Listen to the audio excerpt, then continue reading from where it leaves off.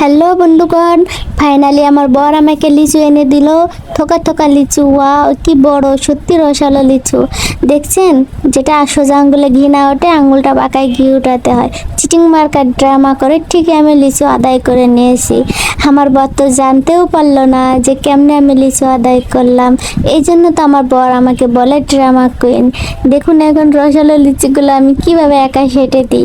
আমি তো 1-200 লিচু মানে 4-5 থোড়া হইলে আমি খেয়ে ফেলতে পারি। আমার লিচু অনেক পছন্দের। তা আমার বর আমাকে লিচু এনে দিতে চাচ্ছিল না, আমি নিজেই চালাকি করে লিচু আদায় করলাম। এখন মন ভরে খাইতেছি আর প্রাণ ভরে শান্তি পাইতেছি।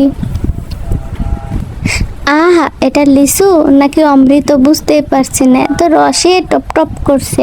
মুখে দিতেছি আর যেন রস গলে গলে পড়ছে।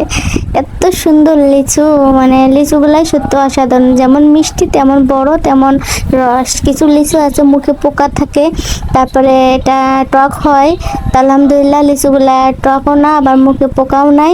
মানে এটা কোনো ঝামেলা নাই যে পোকা হইলে আমি আবার পোকা লিচু আমার খাইতে অনেক ঘৃণা করে। লিচু পছন্দ করি কিন্তু পোকা হইলে আমি ওটা খাই না। কিন্তু এটা পোকা কিছুই না, দেখেন খাচ্ছি তো বোঝা যাচ্ছে যে আসলে এটা খুবই রসালো আর একদম অনেক মাংস।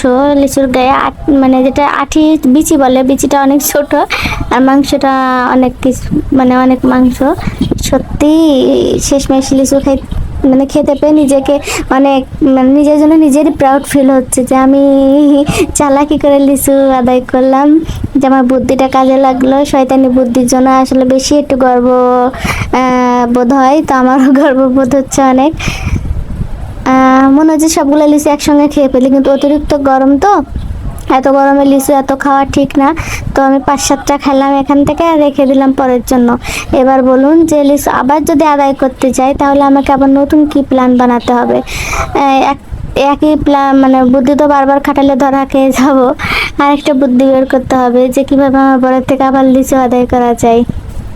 তো আপনারা যদি আপনাদের কাছে যদি আমার মতো কূটনৈতিক বুদ্ধি থেকে থাকে তাহলে আমাকে কিছু বুদ্ধি ধার দিবেন, কমেন্টে ধার দিবেন। আমি সেই বুদ্ধি অনুযায়ী আমার বরের থেকে